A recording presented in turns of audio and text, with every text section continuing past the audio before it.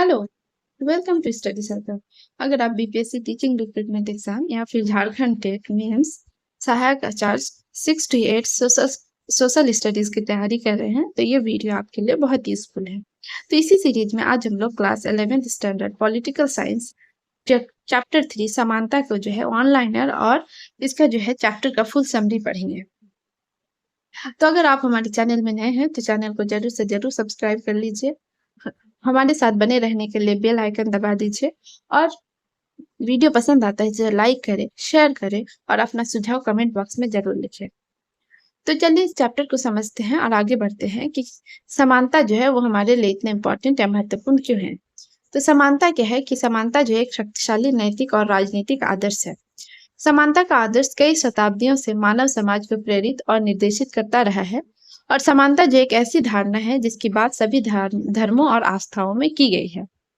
तो समानता क्या है कि एक नैतिक और जो है राजनीतिक आदर्श है और क्या है इसका आदर्श जो है कई शताब्दियों से मानव समाज को प्रेरित और निर्देशित करता रहा है। यानी कि समानता सिर्फ अभी की बात नहीं है, वो कई जमाने से है, जो है कई शताब्दियों पूर्व से है, मानव समाज को प्रेरित करती है और निर्देशित करती रही है। समानता की धारणा जो एक राजनीतिक आदर्श के रूप में समाज के विभिन्न मनुष्यों में रंग, लिंग, जाति, वंश और राष्ट्रीयता के भेदों के बावजूद साझेदार रहने वाली विशिष्टताओं पर जोर देती है। समाज में मानवों की साझेदारी की भावना जो है वो सार्वभौम मानवाधिकार या मानवता के प्रति अपराध जैसे धारणाओं के पीछे निहित रहती है।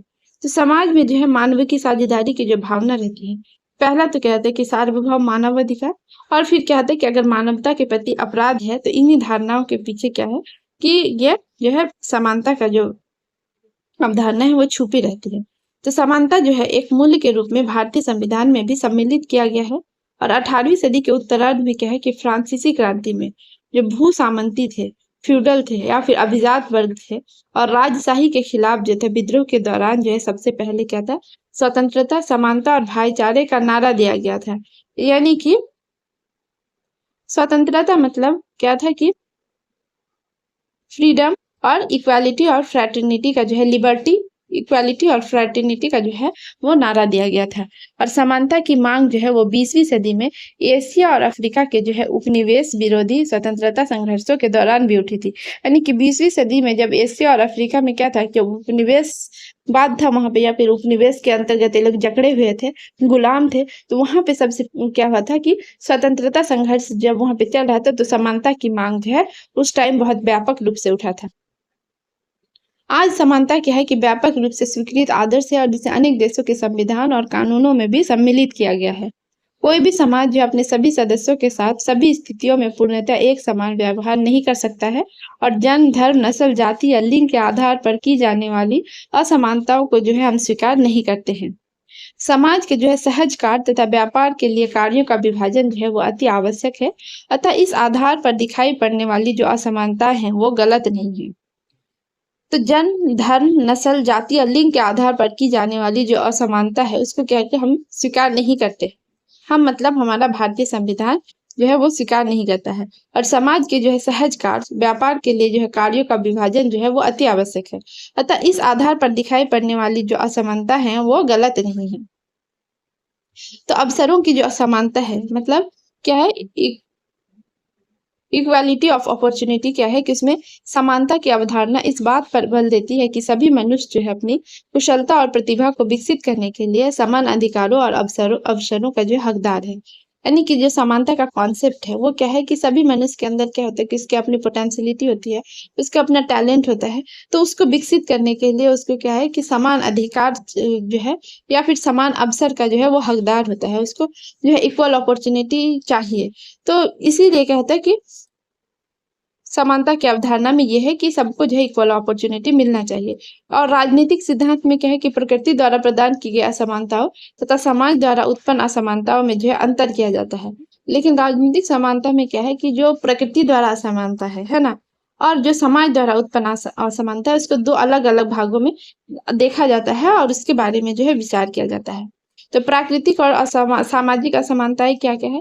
तो प्राकृतिक असमानता क्या है, जिसमें क्या है लोगों के जन्मजात विशिष्टता और योग्यताओं का परिणाम मानी जाती है। यानी कि प्राकृतिक असमानता में क्या होता है कि जैसे कोई स्त्री और पुरुष है, उसमें क्या होता है कि वो असमानता है उनके अंदर, है ना? ये जो डिफरेंस है, अंतर है, ये आपके प्राकृतिक असमानता में आएँगे। कोई गोरा है, कोई काला है, तो ये इसके प्राकृतिक असमानता में आएँगे। कोई अगर जन्म से ही विकलांग है, दिव्यांग है, तो उसमें क्या है और उसको मतलब इलाज से वो ठीक नहीं हो सकता है, नॉर्मल नहीं हो सकता है, तो क्या है प्राकृतिक असमानता में ही मानी जाएगी। सामाजिक असमानता क्या होता है कि जो समाज में अवसरों की असमानता होने पर या किसी समूह का दूसरे समूह द्वारा शोषण किए जाने से पैदा होता है, उसको क्या कहते हैं सामाजिक असमानता। मतलब ये असमानता जो समाज के लोगों द्वारा समाज के लोगों पर किया जाता है ना? जैसे उनको आर्थिक या सामाजिक शोषण जो होता है ना? तो उसको उससे क्या होता है कि असामाजिक असमानता पैदा होती है। और समानता के क्या है कि 3 आयाम हैं। तो क्या-क्या आयाम है कि पहला तो है कि विभिन्न विचारक और विचारधाराओं ने जो है समानता के 3 आयामों का उल्लेख किया है। पहला है राजनीतिक समानता, दूसरा है सामाजिक समानता और तीसरा है आर्थिक समानता। राजनीतिक समानता में क्या होता है कि समान नागरिकता, मत देने का अधिकार, स्वतंत्रता इत्यादि सम्मिलित होते हैं। तो राजनीतिक समानता में क्या होता है कि भारत के जितने भी नागरिक हैं उनको समान नागरिकता मिला हुआ है और उनको क्या है समान मत देने का अधिकार भी मिला है और स्वतंत्रता भी समान रूप से। ये क्या है राजनीतिक समानता है। सामाजिक असमानता में क्या-क्या आता है जैसे सबको समान अवसर मिले, समान शिक्षा, स्वास्थ्य, पोषक आहार इत्यादि बातों पर क्या है बल दिया जाता है ना? वहीं भारत में क्या है सामाजिक समानता में कुछ सामाजिक रीति-रिवाज जो है समस्या उत्पन्न करते हैं। जैसे कि रीति-रिवाज के अनुसार ही क्या होता है कि जैसे जेंडर डिस्क्रिमिनेशन इसका बहुत बड़ा एग्ज़ाम्पल है। जैसे लड़की और लड़का में जो है भेद करना। आर्थिक समानता में क्या होता है कि रोजगार के समान अवसर, अमीर और गरीब के बीच खाई कम करने इत्यादि बातों पर बल दिया जाता है। आर्थिक समानता में क्या होता है कि लोगों को जो है कि रोजगार का समान अवसर देना, अमीर और गरीब के बीच जो है जितना डिफरेंस है उसके खाई को जो है कम करना, इन सब बातों पर क्या है जोर दिया जाता है। समानता की धारणा से संबंधित जो है एक मार्क्सवाद और उदारवाद ये 2 तरह की विचारधारा जो है हमारे समाज की प्रमुख राजनीतिक विचारधाराएँ हैं। और जो है कार्ल मार्क्स जो है जो मार्क्सवाद इन्हीं के नाम से है पड़ा है कि उनका मानना है कि समाज में जो है अत्यंत गहरी असमानताओं का जो है बुनियादी कारण था महत्वपूर्ण आर्थिक संसाधन जैसे कि जल, जंगल, जमीन, तेल इत्यादि प्रकार की संपत्ति पर कुछ लोगों का अधिकार होना। है ना? तो कार्ल मार्क्स जो है उनका ये मानना था कि समाज में जो है कि अत्यंत जो गहरी असमानताओं का जो है समाज में जो असमानता है उसका कुछ बुनियादी कारण है और बुनियादी कारण जो है वो आर्थिक जो है असमानता से जुड़ा हुआ है। जैसे कि जल, जंगल, जमीन, तेल इत्यादि प्रकार की संपत्ति पर जो है कुछ विशिष्ट लोगों का अधिकार होना।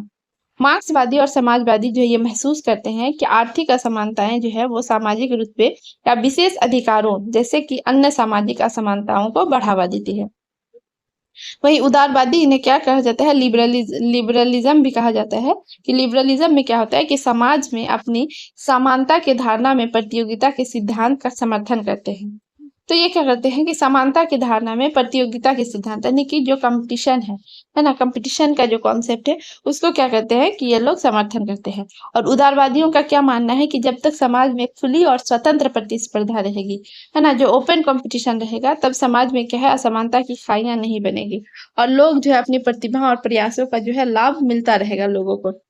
वर्तमान युग में जो है एक और है जिसमें क्या है कि नारीवाद भी जो है नारीवाद या जो फेमिनिज्म भी है वो भी समानता से जुड़ी जो है एक प्रमुख धारणा या कॉन्सेप्ट बन चुकी है और ये स्त्री और पुरुषों के जो है समान इक्वल राइट्स के जो है उसका पक्ष लेता है। तो यहाँ पे कि समानता को हम बढ़ावा कैसे दे सकते हैं? तो समानता को बढ़ावा देने के लिए जो हम निम्नलिखित कदम उठाए जाने आवश्यक है। तो पहला क्या है कि औपचारिक समानता औपचारिक समानता की स्थापना, दूसरा है विभेदक समानता की स्थापना और तीसरा है सकारात्मक कार्यवाही। तो समानता लाने की दिशा में पहला कदम जो होता है वो असमानता और विशेषाधिकार की औपचारिक व्यवस्था को जो है समाप्त करना होगा। औपचारिक समानता क्या होता है कि जो हमारे कानून में विधि में जो लिखा होता है ना जो हमारे संवैधानिक अधिकार है या फिर संविधान में जो समानता की बात की गई वो औपचारिक समानता है। तो वंचित वर्गों को क्या है कि यथार्थ में समानता प्रदान करने के लिए कुछ विशेष सुविधाएं देने की आवश्यकता होती है। इसे क्या है विभेदक बर्ताव द्वारा समानता की स्थापना कहा जाता है और भारत में इस हेतु क्या है आरक्षण की नीति को है अपनाई गई है। तो क्या है कि विभेदक समानता की स्थापना किस तरह से की जाती है कि जो वंचित वर्ग है मतलब जो बहुत ही निचले तबके के लोग हैं है? तो उनको क्या है फिर जो वंचित है उनको क्या है कि प्रैक्टिकल वे में समानता प्रदान करने के लिए कुछ विशेष सुविधाएं दी जाती है ना। तो उसे क्या कहते हैं, जैसे उनको इसका एग्जाम्पल है बहुत जो है कि उसको रिजर्वेशन या आरक्षण दिया जाता है। तो जो नीचे लोग है, शोषित लोग है, उनको क्या है कि उनको ज्यादा अपॉर्चुनिटी दी जाती है किनके, जो सामान्य लोगों की तुलना में। तो ये क्या है, एक तरह से विभेदक बर्ताव है, और ये विभेदक बर्ताव किस लिए की जाती है, ताकि ये समाज में समानता स्थापित हो सके। और सकारात्मक कार्यवाही क्या है कि इस विचार पर आधारित है कि कानून द्वारा जो है औपचारिक समानता स्थापित कर देना ही पर्याप्त नहीं है, यानी कि सिर्फ कानून बना देना ही क्या है कि समानता के लिए जो है वो क्या है, पर्याप्त नहीं है। इस हेतु क्या है, कुछ सकारात्मक कदम उठाए जाने जो है आवश्यक है, और आरक्षण का प्रावधान जो है एक ऐसी ही सकारात्मक कार्यवाही का उदाहरण है। और समाजवाद भी समाज में क्या है कि व्याप्त असमानताओं के जवाब में उपजे राजनीतिक विचारों का समूह है। भारत में क्या हुआ था कि भारत में जो है डॉक्टर राम मनोहर लोहिया जो है वो प्रमुख समाजवादी चिंतक रहे। तो डॉक्टर राम मनोहर लोहिया जो थे वो प्रमुख जो है समाजवादी चिंतक रहे। उन्होंने क्या था कि सप्त क्रांति की जो धारणा है, कॉन्सेप्ट है, उन्होंने दिया था। तो सप्त क्रांति का जो कॉन्सेप्ट किसने दिया था, डॉक्टर राम मनोहर लोहिया ने दिया था, और ये क्या थे, समाजवादी चिंतक रहते प्रमुख। तो अब यहाँ पे जो है हम लोग कुछ क्या है डिफिनेशन या ऑनलाइनर को पढ़ेंगे कि समानता क्या है। तो समानता है कि वह स्थिति जिसमें सभी मनुष्यों को साझी मानवता के तहत बराबर और गरिमापूर्ण माना जाता है, उसे समानता कहलाती है। राजनीतिक आदर्श क्या है कि समाज के जो है राजनीतिक जीवन और राज व्यवस्था से जुड़ी अति महत्वपूर्ण बातें जो है वो राजनीतिक आदर्श कहलाती है। और सार्वभौम मानवाधिकार क्या है, तो सार्वभौम मानवाधिकार है कि सभी स्थानों पर सभी परिस्थितियों में मानव को प्राप्त होने वाले अधिकार क्या है, सार्वभौम मानवाधिकार कहलाते हैं। जैसे कि जीवन जीने का अधिकार जो है एक सार्वभौम मानव अधिकार है, यानी कि राइट टू लाइफ का जो अधिकार है वो क्या है, सबका जो है सार्वभौम क्या है, ह्यूमन राइट है। और मानवता के प्रति क्या है कि अपराध, मानवता के प्रति अपराध क्या है कि एक ऐसा कार्य जो समाज एवं मानवों के लिए अहितकर हो तथा मानव होने के नाते स्वीकार न हो, इसे मानवता के प्रति अपराध कहलाता है। यानी कि ऐसा अपराध या फिर क्राइम जो क्या कहता है कि ह्यूमैनिटी के अगेंस्ट हो, है ना। जो ह्यूमंस जो उस लोग मतलब उस देश या फिर किसी भी ह्यूमंस के लिए, मानवों के लिए क्या है कि वो क्या है अहितकर हो, मतलब उनको नुकसान पहुंचाने वाला हो। तो ये क्या है, मानवता के प्रति अपराध कहलाता है। और अचानक होने वाली ऐसी कार्यवाही जो गैर कानूनी तरीके अथवा शक्ति के द्वारा सरकार या शासन में परिवर्तन के लिए विद्रोह के रूप में प्रकट होती है, वो कहते हैं क्रांति कहलाती है। तो क्या होता है कि क्रांति किसे कहते हैं, तो जैसे कि अचानक कोई ऐसा कार्यवाही या फिर ऐसा विरोध विद्रोह जो कहता है गैर कानूनी तरीके होते हैं अथवा शक्ति के द्वारा सरकार या शासन में परिवर्तन के लिए विद्रोह के रूप में प्रकट होती है। यानी कि जो शक्ति है या फिर सरकार है उसके विरोध में जो होता है कानूनी तरीके से अगर हम उसको विरोध करते हैं तो क्या कहते हैं, क्रांति कहलाती है। और ऐसा ही एक क्रांति का एग्जाम्पल है जैसे फ्रांस की क्रांति, रूस की क्रांति, ये सब क्या है कि क्रांति के उदाहरण है। तो जब फ्रांस की क्रांति हुई थी तो वहां पे क्या कहा था कि राजा का शासन था, या फिर रूस में भी जब क्रांति हुई थी पहली क्रांति, तो उसमें क्या था, राजा का शासन था। तो इस राजा के शासन को राजशाही कहा जाता है। अब यहाँ पे पढ़ेंगे कि आत्मबोध क्या है। आत्मबोध क्या है, तो अपने विवेक के आधार पर होने वाली अनुभूति क्या है, वो आत्मबोध कहलाती है। और सामाजिक दर्जा क्या है कि समाज में किसी भी व्यक्ति की स्थिति और उसकी भूमिका को उसके सामाजिक दर्जा की जो है संज्ञा दी जाती है। मतलब समाज में किसी भी व्यक्ति की जो स्टेटस के आधार, स्टेटस जो कहते हैं ना, तो जो स्टेटस के आधार पर ही उसको क्या देता है, सामाजिक दर्जा की संज्ञा दी जाती है। या फिर सोशल स्टेटस, सामाजिक दर्जा मतलब सोशल स्टेटस ही है। तो अवसरों की समानता क्या है कि अवसरों की समानता से आशय ये है कि सभी मनुष्य जो है अपनी दक्षता एवं प्रतिभा को विकसित करने के लिए एवं अपने लक्ष्यों और आकांक्षाओं को पूरा करने के लिए समान अधिकार एवं समान अवसरों के जो है हकदार है। और प्राकृतिक असमानता है क्या है कि ऐसे भेदभाव जो जन्म से ही लागू हो जाते हैं प्राकृतिक असमानताएं कहलाते हैं, जैसे स्त्री पुरुष, गोरा काला इत्यादि। समाज जनित असमानता या फिर सामाजिक असमानताएं क्या है कि समाज द्वारा अपनाए गए रीति रिवाज, परंपराओं, मूल्यों आदि के आधार पर होने वाले जो भेदभाव है वो समाज जनित या सामाजिक असमानताएं कहलाती है। जैसे कि लड़का और लड़की में भेदभाव। न्यायोचित शब्द का क्या अर्थ है कि जो न्याय के अनुसार सही हो उसे न्यायोचित कहलाता है। कहलाता है। और समतामूलक समाज क्या है कि ऐसा समाज जिसमें समाज के जो है विभिन्न सदस्यों के साथ समान परिस्थितियों में समान व्यवहार किया जाए, समतामूलक समाज कहलाता है। और इस प्रकार के समाज में क्या है कि छुआछूत, ऊंच नीच इत्यादि जो है भेदभाव नहीं पाए जाते हैं।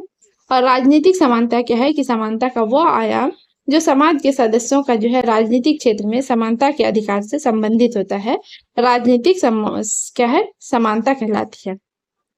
सामाजिक समानता क्या है कि समानता का वो आयाम जिसमें समाज के विभिन्न समूह एवं समुदाय के लोगों के पास समाज में उपलब्ध साधनों तथा अवसरों को प्राप्त करने का बराबर एवं उचित मौका मिले, सामाजिक समानता कहलाती है। आर्थिक समानता क्या है कि समाज के लोगों में धन दौलत एवं आय में समानता हो, आर्थिक समानता कहलाती है। और मार्क्सवाद या मार्क्सिज्म क्या है कि 19वीं सदी के महान विचारक कार्ल मार्क्स द्वारा प्रतिपादित विभिन्न राजनीतिक विचारों को ही सामूहिक तौर पर मार्क्सवाद कहा जाता है। उदारवाद क्या है? उदारवाद या लिबरलिज्म की आधुनिक युग की वह विचारधारा जो स्वतंत्रता और समानता पर बल देती है, उदारवाद कहलाती है। और इसके जो है कई रूप है, जैसे कि नकारात्मक उदारवाद और सकारात्मक उदारवाद, यानी कि क्या है, नेगेटिव लिबरलिज्म और पॉजिटिव लिबरलिज्म। नारीवाद क्या है या फिर फेमिनिज्म क्या है कि वे सभी राजनीतिक सामाजिक विचार जो महिला अधिकारों की बात करते हैं तथा स्त्री पुरुष समानता पर बल देते हैं, सामूहिक तौर पर क्या है, नारीवाद कहलाते हैं। पितृसत्तात्मक समाज या पेट्रियार्कल सोसाइटी क्या होता है कि ऐसा समाज जिसमें पुरुषों को सर्वोच्च स्थिति प्राप्त होती है तथा स्त्रियां जो है प्रत्येक कार्य हेतु पुरुषों पर आश्रित होती है, पितृसत्तात्मक समाज कहलाता है। मताधिकार क्या है कि नागरिकों को अपने जनप्रतिनिधियों को चुनाव करने के लिए प्रदान किया जाने वाला या वोट डालने का जो अधिकार होता है वो मताधिकार कहलाता है। पूंजीवादी अर्थव्यवस्था क्या है कि वह अर्थव्यवस्था का रूप जिसमें क्या है, मुक्त बाजार व्यवस्था और मतलब फ्री या फिर ओपन मार्केट सिस्टम होता है और खुली स्पर्धा पर बल दिया जाता है, पूंजीवादी अर्थव्यवस्था कहलाती है। और इसका एग्जाम्पल है संयुक्त राज्य अमेरिका की अर्थव्यवस्था। सकारात्मक विभेदीकरण क्या है कि वह भेदभाव जहां समाज एवं व्यक्तियों के भले के लिए सरकार द्वारा अपनाए जाते हैं, सकारात्मक विभेदीकरण कहलाते हैं। न्यायपूर्ण समाज क्या है कि ऐसा समाज जिसमें विभिन्न वर्गों और लोगों के मध्य जो है एकता, भाईचारा, समानता इत्यादि बातें पाई जाती है, न्यायपूर्ण समाज कहलाता है। डॉक्टर राम मनोहर लोहिया कौन थे कि डॉक्टर राम मनोहर लोहिया जो है भारत के प्रमुख समाजवादी विचारक माने जाते हैं। और डॉक्टर लोहिया ने ही समाज में समानता की स्थापना हेतु सब क्रांति की धारणा का जो है वो प्रतिपादन किया था। तो ये जो है ये पूरे चैप्टर का समरी है। और कुछ ऑनलाइनर भी है जो जेटेट सहायक जो है आचार्य का जो एग्जाम है उसके लिए बहुत उपयोगी है।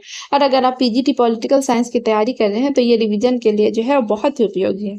तो अगर आपको ये वीडियो पसंद आता है तो इसे लाइक करें, शेयर करें, जो है कमेंट जो है वो कमेंट बॉक्स में जरूर लिखें। और अगर हमारे साथ बने रहने के लिए चैनल को जो है जरूर से जरूर सब्सक्राइब करें। वीडियो देखने के लिए आपका बहुत बहुत धन्यवाद।